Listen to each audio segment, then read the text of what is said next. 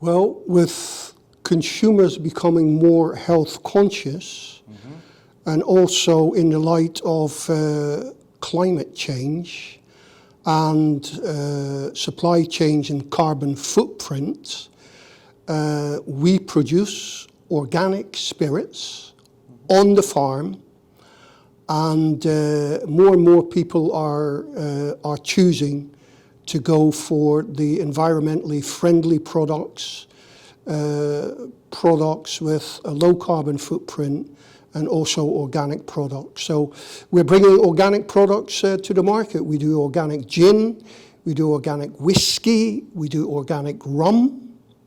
Those are just some of the products we are doing. And hopefully that will be a growing market in the future, because more and more people are looking at, as I said, is the product produced sustainably, right? Do you use renewables? What's the carbon footprint? That type of thing. All done on a farm, where the Mhile Distillery is the first organic farmhouse distillery in the UK. And I say farmhouse because it is actually produced on a farm.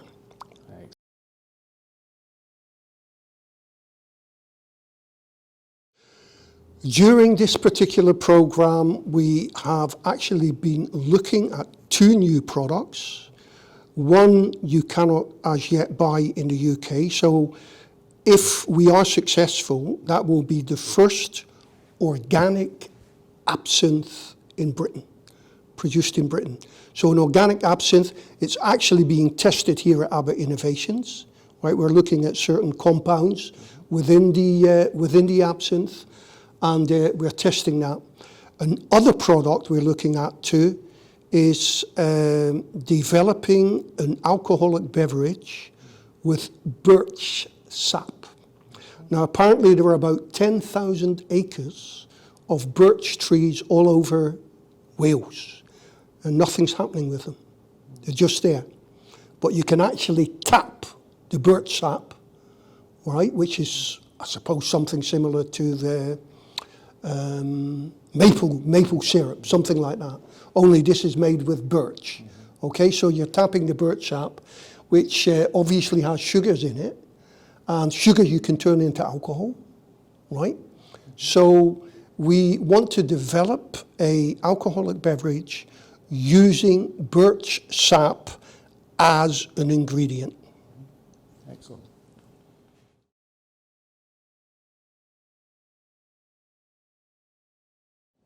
Well, you know, that's a very good question.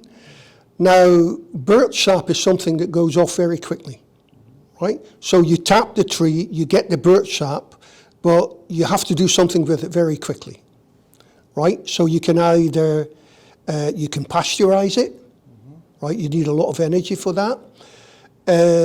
You can freeze it. You need a lot of energy for that as well. I think the method that we will use is actually use the raw birch sap immediately, but infuse it straight away with a high alcohol, ABV. So let's say 60% alcohol, bam, it won't go off again. But we haven't done that yet. You know, that's in the pipeline. That's one of the things we want to do.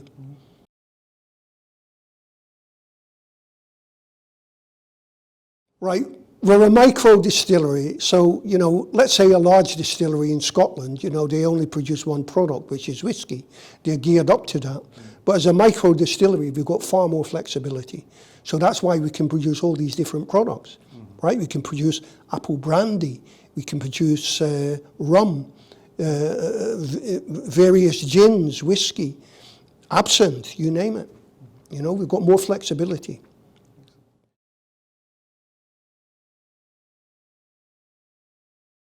Research, you know, we've used the funds to research some of these projects. Like, for instance, I know there is a birch sap spirit actually produced in Scotland, which is,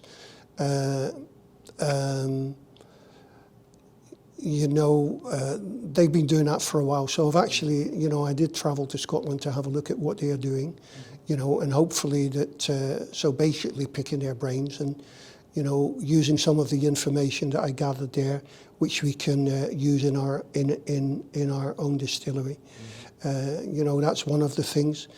And we're also, one of the products we're using is with another local mead manufacturer. So mead is made from honey, right? We've done some experiments in our own still with distilling mead, right? Turning it into high quality spirit, which goes back in a barrel, and then you know, we have to mature that and see what comes out of that.